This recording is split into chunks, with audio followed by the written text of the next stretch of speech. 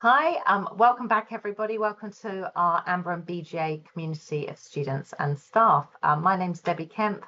I'm the head of membership at Amber and BGA. And today with me is Charlotte Otter, who I'm delighted to invite into our podcast today. Charlotte is an executive communications expert, as well as being an author of her first business book and also a podcaster. So very welcome to our Amber and BGA community, Charlotte. How are you? Oh, Debbie, thank you so much for the invite, and I'm delighted to be here. Fantastic. Well, we'll move on to your book in a moment, but I just wanted to ask you just a few questions I always start my podcast with. Obviously, our association, we accredit the top business schools, and the students that we have the pleasure working with are either leaders already or have ambitions to be leaders in the future. So if you wouldn't mind sharing with me, who was your all-time favorite boss and what did you learn from them about leadership in your career? Yeah, it was a female leader who I was privileged enough to do executive communications for. So I wasn't directly in her reporting line because she was a board member, but I sat in her team. And when I stopped working with her, I said I felt like I got an MBA by osmosis, because she had this incredible combination of EQ and IQ, which you don't always see. You sometimes see people heavily towards EQ or heavily towards IQ, and she was just astonishingly balanced. And she'd also had this incredible trajectory where she started out as a teacher, English, I think, then moved into software training, then moved into software sales. And by the time I knew her, she was the board member responsible for software sales for an entire global tech company. So an incredible person, Irish, so much charm, and just somebody that I really learned from. That's fantastic. And I love the fact that, she'd clearly pivoted her careers, which so many of our MBA students go on to do, having taken time out to learn. And but what would you say is the sort of your top leadership hack that maybe either you learned from her or you've just learned along the way in your successful career? Well, certainly from her, I learned, or I observed, because I think I'm still learning it, I observed the power of active listening. I've never met a leader who, when you have a one-on-one with them, that I felt was so listening so intensively, and just afterwards giving the most incredibly sensitive and thoughtful advice. And there's so much power when you're one-on-one, either with an employee or a peer or somebody who's senior to you. There's so much power in active listening. And it really was, it was an astonishing experience. And quite unusual. And I suppose that goes possibly back to your previous comment about that emotional intelligence, that clearly, this was a bit of a superpower for her, that she would connect with people through her listening skills. Amazing. And is that something, do you feel that you were then able to sort of emulate that later on as you've led teams of people? It's certainly something I've tried to get better at. I've tried to kind of quell the narrative that's going on in my own head, because I think we're all very addicted and attached to our own narratives. And I think it's healthy to let go of those and try to sit in non-judgment to what the person in front of you is saying. And you're much more likely to connect with them as a human being and understand their motivations if you kind of switch off the tone in your own head and turn up the volume for them. Yes, absolutely. And what would you say, like, I know we talked before we came onto the podcast about the fact that, you've also been a journalist, you were a novelist previously, you've had quite a change of direction now into, your current career, which is, the executive communications expert and the podcasting. In all of that, have you got what would be your proudest moment, would you say? Is it what you've recently achieved or previous?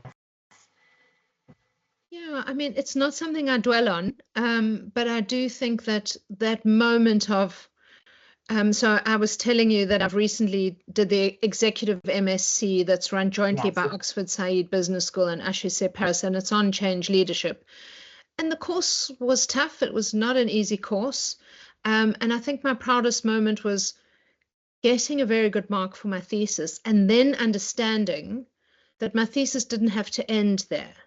And, you know, a lot of my new book, We Need New Leaders, not all of it, but a lot of it is based on the work that I did for my thesis. So it was realizing that a piece of work that I had created could live on, and I've been able to share it with a wider audience. And I think that I feel very proud of that.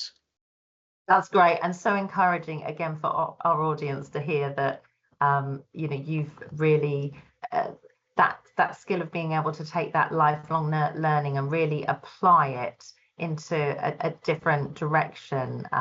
It is incredible. Now, tell me a little bit more about the book. So your book, you've literally published it earlier this month, I believe. We Need New Leaders, such a compelling title. Tell me a little bit more about that, and you know, your inspiration obviously came from your thesis, but tell me more. Yeah, so the book is about the intersection of reputation, leadership, and diversity. And it's kind of a niche. It's a new niche. It hasn't really been dealt with. So people have talked about reputation, they've talked about leadership, they've talked about diversity. Sometimes the two are combined, but pulling them all together is relatively new. And the kind of thought process for me was, my thesis was about reputation and leadership. So specifically, the topic was, how does the CEO and the head of comms build trust to manage and mitigate reputational risk? So when I was talking to my professors afterwards about what I might do with the thesis, and one of them suggested write a business book, I realized I didn't want to write another comms book. You know, there are a lot of extremely good communications books out there, and I didn't want to add another one to the mix. So I thought, well, what is my passion? And my passion, having been a female leader in a global company, is how do we get leaders from different diversities, and I don't only mean gender and race, into leadership positions in our companies. And then I thought, well, maybe it's the skills of reputation management have something to share. So I asked myself the question as I started the book, what do the skills of reputation management, how can they help leaders from diverse identities, diverse backgrounds, and underrepresented minorities land, keep, or create their dream leadership roles? So I started the book research with a question in mind. I didn't have a thesis. And then I did 40 interviews with emerging and established leaders from different diversities to understand their leadership journeys. And then from that, I pulled together what the commonalities were. And please share. You've hooked me now. Please share what some of those were. So what's really interesting is if people come from diverse backgrounds, or they have diverse identities such as neurodiversity, or they're LGBTQIA, or they have some sort of physical disability, or they're an underrepresented minority, they have been through obstacles. And when going through obstacles, people go through a journey of self-knowledge. Through that incredible deep understanding that they learn from the obstacles they've been through, they develop skills of empathy, they develop skills of listening, they're incredibly self-aware, they're incredibly thoughtful about how they use language, and as leaders, they're incredibly thoughtful about how they show up to their teams. So it's that kind of trajectory of obstacles, self-awareness to empathy that makes them wonderful leaders. And when I talk about empathy, it's not just about the soft skills of having compassion and listening to other people. When you put people into a room and create trust and psychological safety, it actually means you can innovate better. Because when everybody agrees, that's when in a room, that's when innovation dies. But if people feel safe enough and trusted enough in their teams to disagree, then what you get is creative abrasion, which is the ability to debate, disagree, and then agree on what the proposed innovation is. So I really do believe, and it's played out often in research, that diversity around the table leads to innovation in our companies. And what strikes me is clearly the people you interviewed, they sound like incredible leaders themselves, but how do they get to that position? How do they cut through that ceiling in order to become and fulfill their potential? Because quite often there's barriers along the way, I would imagine. Yes, for sure. And we talk about the glass ceiling when it comes to women, but the glass ceiling is also very evident for leaders who are people of color. And there's also the challenge of the glass cliff. So female leaders and leaders who are people of color often have shorter tenures in their leadership roles. So that's a real challenge. And that's where I was asking the question, how can reputation management help people extend their careers? So one of the things that came out very strongly is it's not enough to do an excellent job. 50% of your work needs to be telling people what a great job you're doing. And I do think women especially are guilty of just thinking, oh, my work will speak for itself. Yes. And the emerging and established leaders who I interviewed have all built a practice of finding ways to talk about their work in a non-arrogant way. And they build excellent alliances and communities around themselves to ensure that other people are also talking about their work. So there's quite a lot in the book about actively speaking your success out loud, because you can't argue with an excellent record of success. And the emphasis is on the word record. The record is not the doing, the record is the saying. Yeah. And I wholeheartedly agree. The amount of times, either in my own personal experience or I've seen really quietly excellent leaders who are overlooked. And that always seems such a missed opportunity for organizations that they don't recognize this talent from within. And just on the same note, if again, our listeners might be in the position where they do think they're being undervalued and overlooked for yet another promotion, possibly. How long does it take to build this reputation in order to support, their needs? What advice would you give there? Yeah, in terms of time, I would say start immediately. In terms of how, I would say your options are internal and external, and you need to work on both. So one part of internal is finding your sponsors, your mentors, your alliances, your networks. But another part of it is continually showing your managers and your leaders how the work you do supports business strategy. So they need to be showing to their level up leaders how their teams are contributing to business strategy. So if you give them the words, this is the work that I've done this week that supports our business strategy, then they're able to take that message further up to leaders. And then externally, tell your stories on LinkedIn, and the stories on LinkedIn or on other social media platforms. And those aren't necessarily how I supported business strategy, but it's stories of leadership that are authentic to you. It's building your external network on LinkedIn. It's picking 2 or 3 thought leadership topics and demonstrating that you're an expert in those topics. And I think that combination of working internally and working externally is what helps leaders really build that, an excellent reputation. And you talked about people who are quiet. And I've had a kind of very polite argument on LinkedIn recently with somebody who's saying, for people who are quiet high performers and don't get noticed, it's the responsibility of the managers to notice their high performance and make sure that they're rewarded. And I would say my answer to that is it's not actually so binary.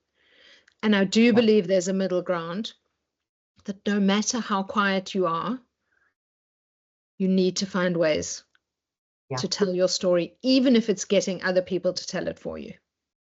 Yes. And I liked what you were saying earlier, just in terms of, having that that internally, those cheerleaders, I suppose, those people who will say to you, actually, you should have maybe spoken up in that meeting, or, and encourage you just to maybe promote yourself. It is difficult, isn't it? It's difficult for some people.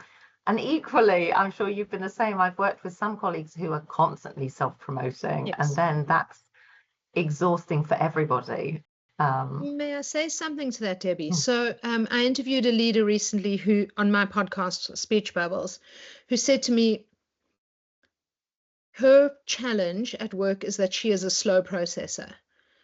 And Right. I'm a little bit like that. I need to take things away. I need to chew on them. And then I come back with, my wonderful pearls of wisdom. And what she said she did is she built alliances with the fast processors around her and her team. And she just asked them to hold back. She just said to them, just give me a beat. In this next meeting, no matter how fast you are to say the thing, just hang back and let me say it. And she said that really, really helped her. So, just admitting to your peers and people who are already your work, friends and supporters, I have this awareness that I'm a slow processor. You're so super fast. Let's experiment this in this next meeting, and you hang back and I try to say the first thing. And I thought that was really constructive. Yeah, no, I love that. And at the end of the day, we all work in teams, don't we? As you say, we work for organizations, small and large, and we're just all there to do our part. So it doesn't need to be so individualist. It could be that wonderful support structure to, as you said, to get the most. So in terms of, you mentioned it briefly, HR teams, how can they? So obviously there's responsibility of the individual. There's a lot we can do ourselves. But how about our a modern HR team? How can they support with, building up these diverse groups of people and supporting with that, equity? Yeah, it's a real challenge at the moment, particularly as we see over the pond diversity, equity, and inclusion being removed, reneged on, or sort of just pushed down in the organization in terms of importance. And we're seeing some reflection of that, in Europe as well.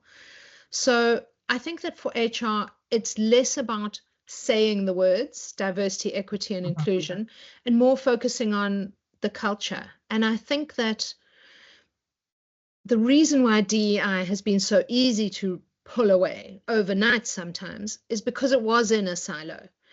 And really the onus is on all of us, but also on HR, to pull inclusivity back into the culture and make sure it's threaded through every team, throughout the organization. And I've been thinking about this a lot, and I think one of the ways to do it is to encourage a culture of inclusive meetings. So you talked about, people who speak their mind all the time, and it gets exhausting for everybody else. So there are different ways that managers can lead meetings to ensure that all voices are heard, to ensure that the slow processes like me are heard. And a couple of tips that I've narrowed down on is, first of all, always send an agenda and send it well in advance so that people have time to think what their thoughts are on the topic. So make sure people know what the topics are going to be. Then say in the meeting request, I'll be inviting opinions from all, so that it also warns people ahead, come with your opinions so that you're not surprised and then only the three noisy ones are heard again. Another idea is to get everybody to write down their opinions before the meeting on paper, and you pass it around and people read out other people's opinions.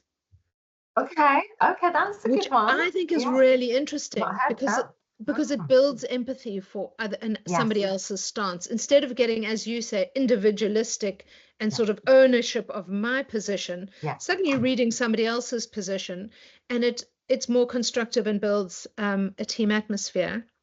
And then another way is to let someone know the day before that you're going to be calling on them for their opinion. And this is a great way to shine a light on either the younger or the more shy members of your team, to say, look, I know you're an expert on this topic. We're going to be talking tomorrow. Please just prepare 5 minutes so we can hear and so that the whole team can learn from your expertise. Very good advice. Brilliant. I love that. And I think so often individuals feel hijacked in meetings, as you say, where the agenda hasn't gone round beforehand. They don't have time to think.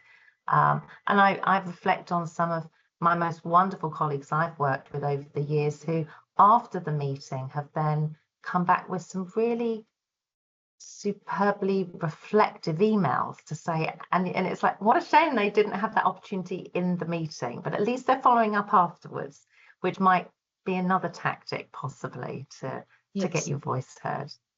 Yeah, and I think that team meetings are the culture, and the culture, like fish who don't see the water.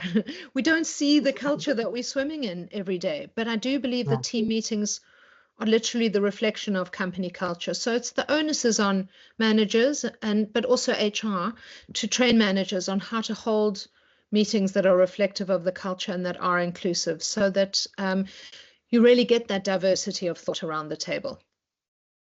Yeah, and I know certainly in your book you talk about how that reputation equity and the fact that it often is missing from the whole conversation about DEI. Again, what would you suggest are the sort of key points, whether you're in HR or whether you're a senior leader, that you really need to listen to or read your book first and then take on board?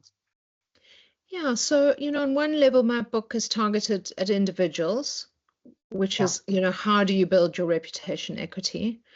And one of my pieces of advice is, if you're very, very sincere about building your reputation and you want to stretch yourself, make friends with the head of communications, because the head of communications is not only there to service the CEO and the C-suite, they're there to service the reputation of the whole business. So they are looking for people to stand up on keynotes, to go on panels, to be interviewed by the media, to author thought leadership blogs. They don't want everything to be the 3 top people in the business. So for individuals, make sure that the head of comms knows you and knows that this is something that you're keen to do, if you are. And then I think for leaders and for HR, it's about building that inclusive culture. And it's about recognizing the talent where it is, recognizing the abilities where they are, and then praising it, and then making sure that it's seen by others. I think, and it's so, I recognize that senior leaders are incredibly busy. They've got an enormous amount of pressure on their shoulders. But if you genuinely want to change a culture, you have to point out where it's being changed. It's very, very important to praise, to recognize, and to reward. And that piece around reward is so important as well, isn't it? That people can see the right people, what is right, but there's a criteria in terms of getting those promotions and taking on leadership roles, and that's so important that that's transparent, and the right people do get promoted. So what do you think a modern CEO should look like? A big question.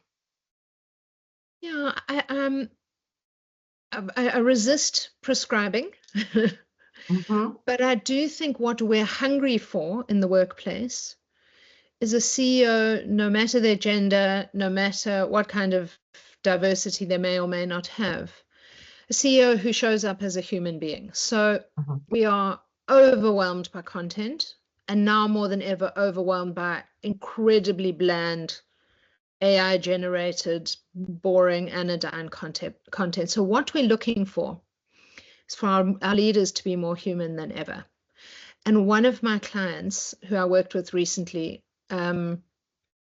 he told me that in his career as a CEO of a very large business in the UK, he sent up to 300 personal videos a week to employees and to customers. And what he was doing in his videos was recognizing their humanity. So to his employees, milestones, birthdays, babies being born, sales success, and then customers, thank you for coming in to our shop in Islington for buying, X product. We really appreciate your custom. But he was doing it because he was good at video and he had an affinity. So I think what's really important for leaders who want to show up authentically and as themselves is find the medium that they're comfortable with. So some, it's going to be speaking on stages. Some, like my client, it's going to be video. Others prefer to write. But the commonality across all of it should be showing up as a human. And one of the very senior leaders I interviewed in the book said she ran a team of nearly 3,000 people, software development, not company, a department. She said it was important for her that her team saw her in all her messiness. So she did not want to show up as a persona of a leader or perfect. She wanted her team to see that even a little bit messy can get to a leadership role. And I think that's important as well, because you look at perfection if you're further down the organization and you think, well, I could never be that. I could never be so a little bit awkward, a little bit uncomfortable, the script's not perfect. Then you think, oh, it is possible. It is possible to be a leader and be imperfect. And I really loved that message from her.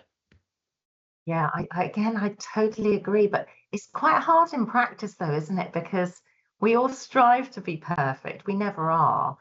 But so often, so frequently you hear the phrase, failure's fine. You learn the most from failure. And again, I totally subscribe to that. But in the moment, failure doesn't feel that great, or making a mistake doesn't feel great. So it takes quite a lot, I think, to be like the person you were just describing there, that actually says, you know what, yeah, this is it. This is the example I'm going to show, because it makes me who I am. Yeah, and if I might say something to that, this was the big aha moment for me during my executive MSc. So we had the course was on change leadership, and we had an entire module devoted to self as change agent. Yes. And we learned about this concept of leaders who are single loop and double loop learners. And it speaks exactly to this idea of perfection. So single loop learners see a problem, throw resources, fix the problem. Problems goes away. Double loop learners see the problem, throw the resources and fix the problem, because it's usually a crisis and it usually needs to get done. And then afterwards says to their team, what was my role in causing this problem, and what do I need to do in the future to make sure that this doesn't happen again? And this is vulnerability. And we all know Brené Brown says vulnerability is strength.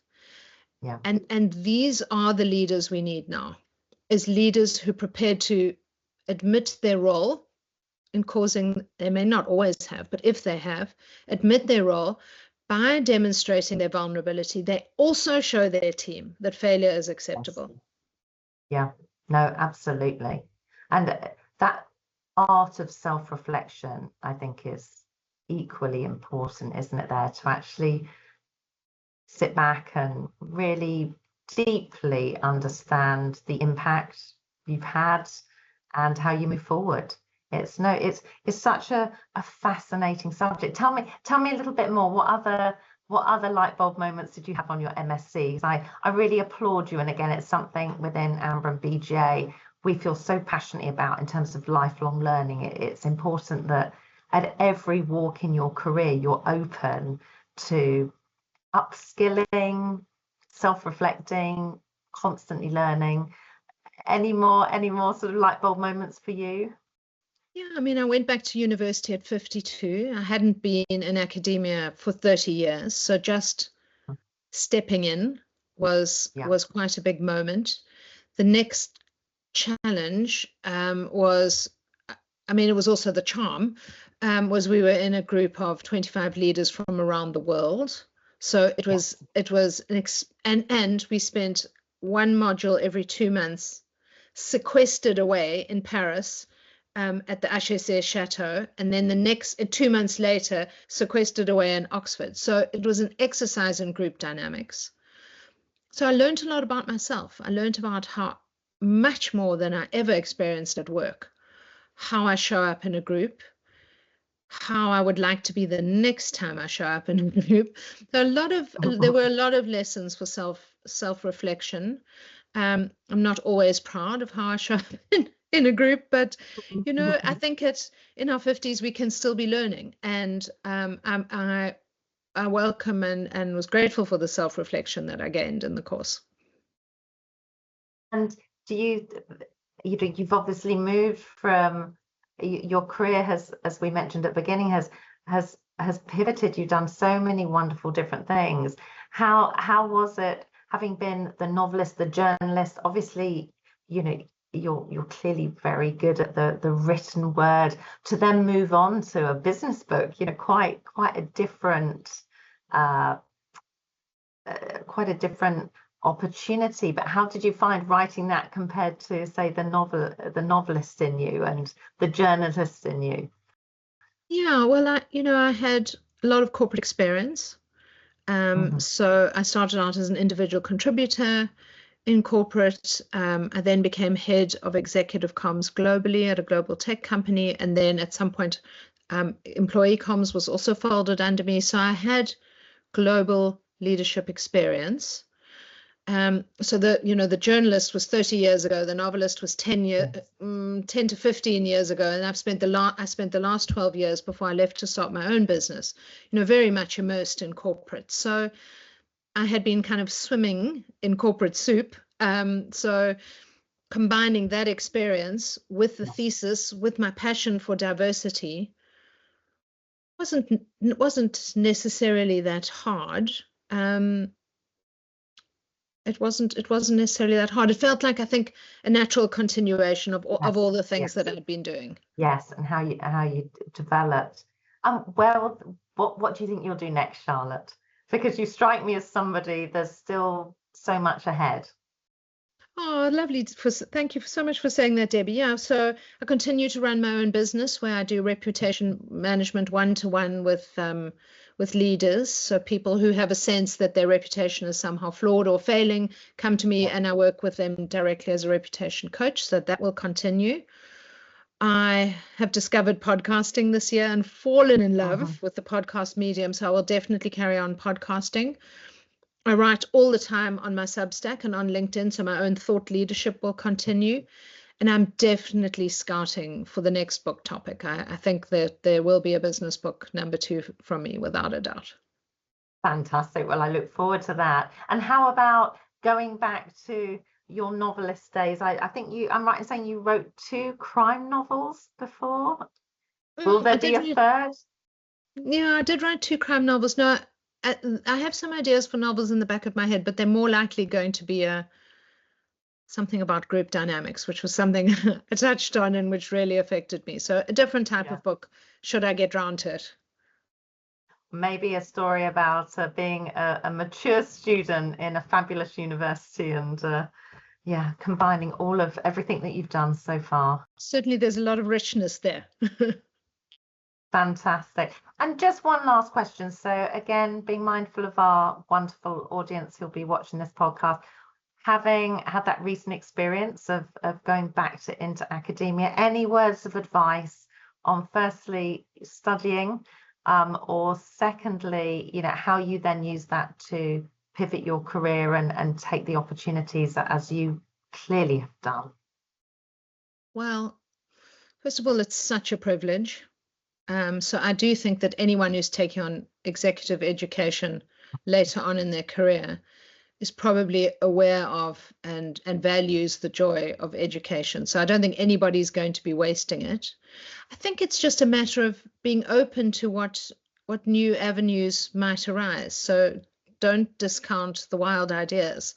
One of the things that I do is I hike in the forests in Heidelberg every morning before I get to work, and amazing the creative ideas that come up while you're walking. And one of them was, maybe I should start a podcast.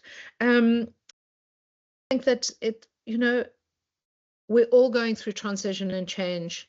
the workplace is going through transition and change. You know, there's all the horror stories of AI taking jobs.